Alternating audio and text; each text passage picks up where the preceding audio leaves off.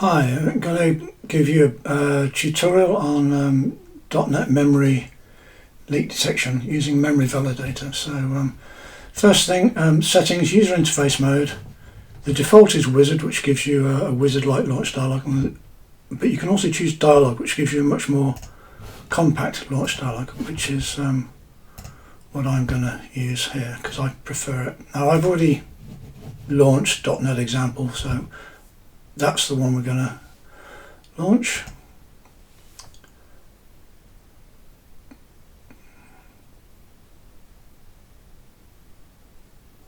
You can see the symbols being loaded up the top. This is symbols for every DLL, not just the .NET ones, for all the native DLLs that are loaded by a .NET application.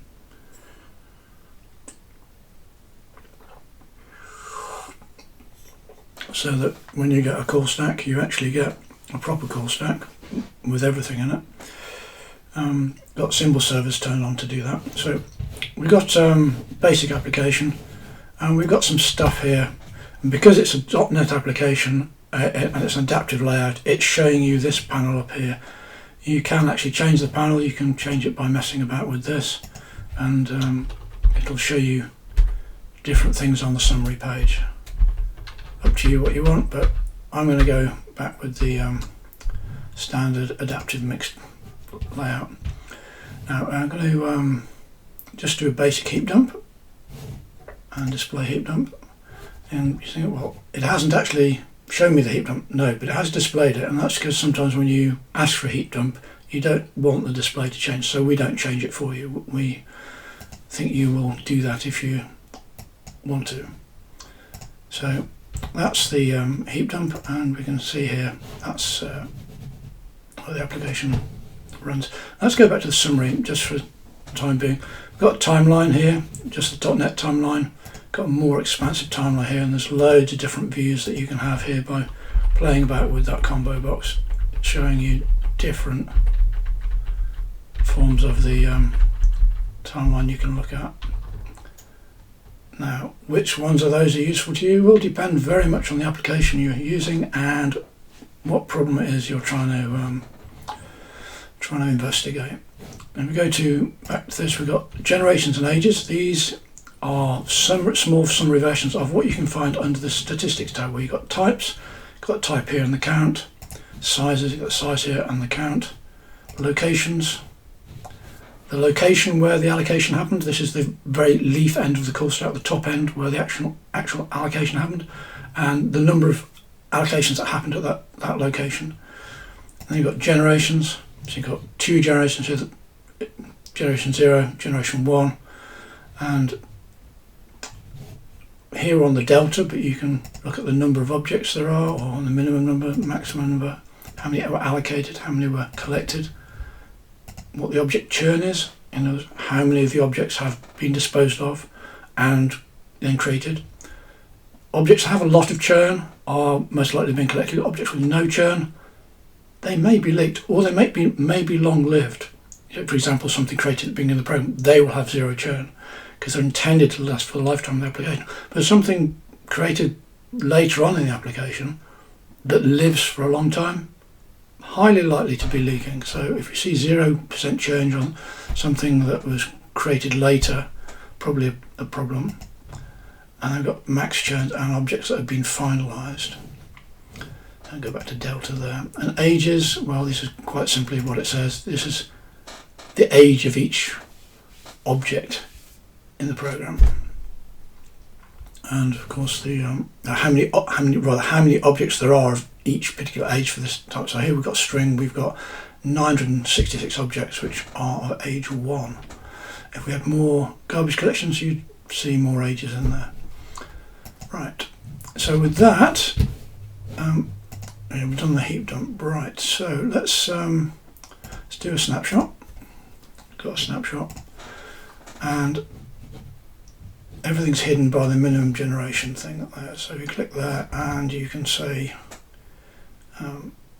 minimum generation 1. So you need to, because we've only got one generation, that's why they're all being hidden. And we've got simplified call stack grouping, which makes the display show you less data, so it's more reasonable. It basically gets rid of objects which we think won't be interesting to you based on what we can tell about them. And you can choose how that's done based on these descriptions here. You know, do we show you your source code or not your source code, or .NET source code or no source code, all these different things. So you can see the whole thing if you want, or you can see stuff that's interesting. You can't really do stuff about objects you don't own. You can do stuff about objects you do own, which is why we default it to your source code at root. Right, so we've got one snapshot, we've got one heap dump, and we'll come to leak analysis in a bit. So go back to the application that we're testing. Fast quick sort. This is going to leak some objects. It's going to leak squares and circles, and about 5,000 at each leak. So we'll do a few leaks. 1, 2, 3, 4. Okay, so if we go back to the timeline, we can see here we've definitely got a rising thing with each GC. It's not going back to the baseline, so it looks like there's a leak. Okay, so to the statistics and types, you see the maximum number of squares we've allocated is the same as the total number of squares we've allocated, and it's the same as the current count. Same for circles. Strong indication there's a leak. Nothing's been collected each time round. It could be proper program behaviour, but you know, it might not be. And of course, all this comes down to the behaviour of your program. You might look at that and go, that's perfectly okay, or you might look at it and go, that's problematic, need to look into that. Sizes, well, do these sizes look, are you concerned about this much memory being allocated and hanging around? Locations, we can see here that this particular function is creating a lot of objects, and again, maximum cumulative, both the same number and the same as the count. So objects being created in this function are not being collected. Is that a problem? Generations. Now, delta is going to show us what's being collected. If you reverse it though, so you can see what's being allocated, let's do that down there. We can see that square and circle are being allocated in this program. Every second generation they're being allocated, because the other generation's created by a garbage collection. So is that expected behaviour and ages? Again, if we scroll around, we can see here that circle got 5,000 of those. Not quite sure where the shape one's gone. That's a bit weird. But anyway, so there's plenty of information to go on there. So now, if we go over to the dedicated .NET stuff, we've got object churn. I haven't talked about that. Things that churn a lot are probably being garbage collected. You know, they're being created and then they're being collected. That's churn. If they don't churn, then they're not being collected. So if we go back to statistics and we go to object activity, it's not been, well, we're not collecting that stuff, can't show it to you. Okay, we'll have to come back to that in a separate tutorial. Right. Okay, so snapshots. Create another snapshot and then compare the two. Hidden by minimum generation. Interesting. Snapshot survivors, new objects. So these are new, and these are simplified call stacks. So you can see here, this call stack here corresponds to 5,000 separate objects. See, they're all created the same one. Again, you've got the same thing there. It's a very similar call stack. Survivors, display, minimum age.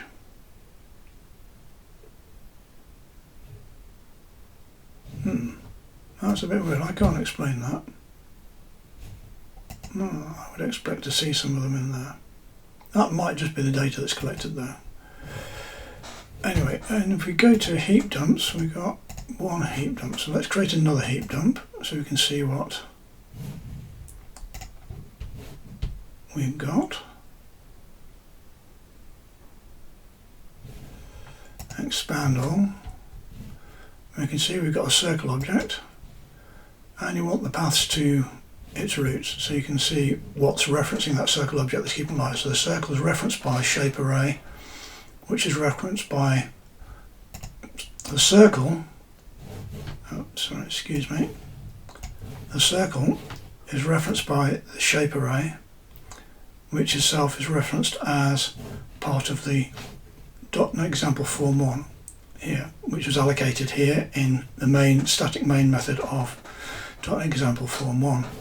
And then the rest of this is referenced by a thread context, which is in a hash table entry in a bucket in a collection run by the component manager, and these are all internal components of the .NET framework.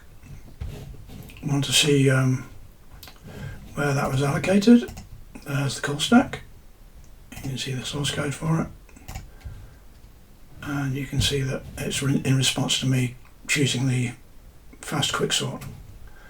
What objects are related? Well, all these other objects were created at the same location, so there's quite a lot of them. So you can use that to work out what's holding on to your circle object. So in this case, the circle's in the shape array. So the way to deallocate these circles, because there's only one thing pointing them, that's the shape array. The way to deallocate them is to remove the reference from the shape array at a suitable point in the source code. Now, leak analysis. Well, we've got some predefined queries here, and if you're not happy with those, you can create your own query out of these things and choose add query. But let's just say what we get: show objects not collected by a garbage collection anywhere object count is increasing. So run that query, because when I selected that in the combo box, it sets these up correctly. So run the query, and these objects are candidate objects for leaked data. So is this fast Q-sort shape algorithm leaked object? Well, there's only one of them. It was created on generation 5, and it's four generations old. And yeah, it's probably not leaked, because it's just passed to that function and then never used again. Whereas these, well, these are circles, and we already know that circles are an interesting problem. They're created and generate shaped data shapes. It's a new circle, and it's stored in the shape array. And we know that because of what we've seen in the heap dump, that the shape array, if you reset the reference in the shape array to null, then those circle objects will be collected. And the same for the square objects, as they're going in the same array. We've also got .NET example shape here, generation 7, age 2, .NET shape, generation 3, age 6. So clear that lot. Now we've got some other queries. Rising count, no churn. Yeah. Rising count, no change. Previous allocated collect on the same call stack. No. Well, yeah. You wouldn't see that, because if you've got a leak, if you've got a leak of everything, there are going to be no previous allocations that are collected. But if you've got a partial leak, some of them will have been collected, and if they were collected on when they were allocated on the same call stack, you would see them. So run that one. Not, yeah, there we go. So not collected. Rising or stable count, no activity. And we don't have activity data, so that one probably can't run properly.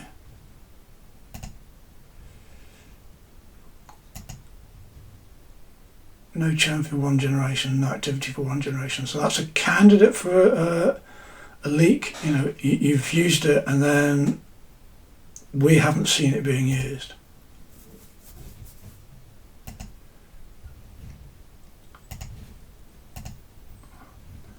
So we can see that these things are being collected by GC. Show object never collected by GC. Then going back to the square and circle and so on. And there's all these other things here now. If you want to create your own query, let's you're only interested if something survives, if it's created after generation 6, so that's somewhere into the program, and it's actually been around for 6 garbage collections. And so add the query and we give it its own name. Like the system creates a default name for you which you can use. So that goes into your query list. We can add it there and we can run that query. There we go. So that's how you detect memory leaks in the .NET program. Snapshots, I'm puzzled why there are no survivors there. I would have expected there to be, but that's something I need to look at. Right. One thing I did mention object activity and stale objects. Now I need to start a new session to show you that one. So I will do so. Let's just stop this. And wait for the program to finish. As you can see, it says it's terminating down there. It's finished executing and we go to the .NET memory thing. This shows all the memory that was still current at the end of the program. That doesn't mean this stuff was leaked, it just means it was what was around at the end of the program. Right, object activity. We need to detect, so object churn, we had it set up for 2 generations, so stale object detection. We need to collect object activity data, which will slow things down. Basically what we're doing is we're putting in hooks that monitor every .NET function call there is, and you'll get a warning because this will make your application run. So we'll monitor every .NET function there is, and we look at every object ID that is passed as a parameter to every function, and then we work out which objects we are not seeing getting passed around. If they're not being passed around, they're not being used. That's a very strong indicator that they are leaked. And then we have some values here which you can use to tune things. Typically you don't want anything at the start of the program, so you don't want any of the first few garbage collections, and you might want to skip recent garbage collections as well. And then you might also want these thresholds as well.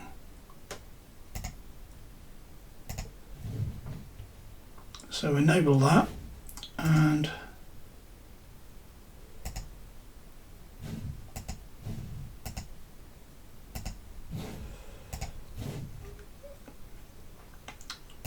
we'll start it now. You'll notice this will run much slower. So I'm not going to go through the launch procedure again. I'm just going to relaunch by clicking that button.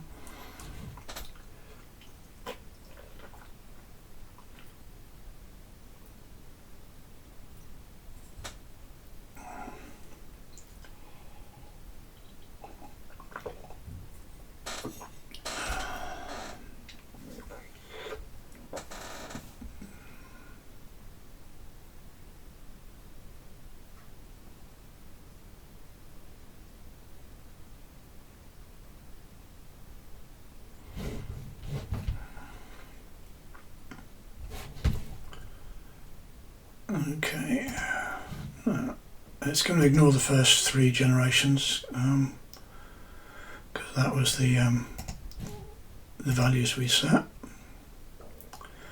and then everything needs to be 3 generations old. It has an age of 3 for it to actually pay attention to it. So do some more.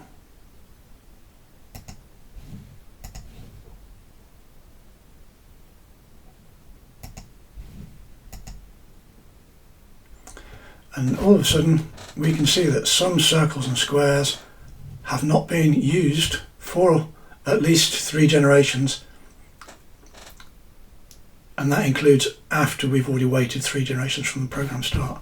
So the software has now detected that .NET example circle and square are highly likely to be leaked objects because they are regarded as stale.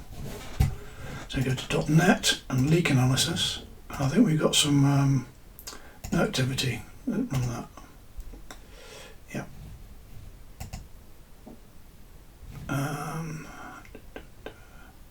No activity, run query. Yeah.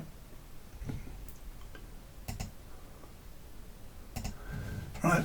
So there you go. Showing you how to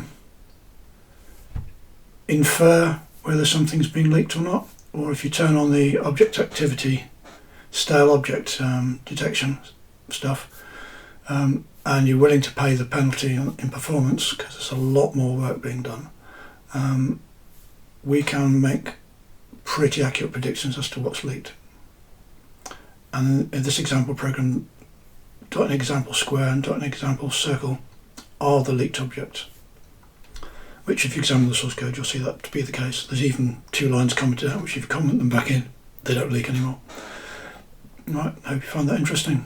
I apologise there won't be any text write-up about this. The original intention was to do multiple tutorials covering one topic per tutorial, but we ran into some problems and we thought it better to fix them and do this type of tutorial, and we will come back and do a more detailed tutorial with pictures and words and video later in July.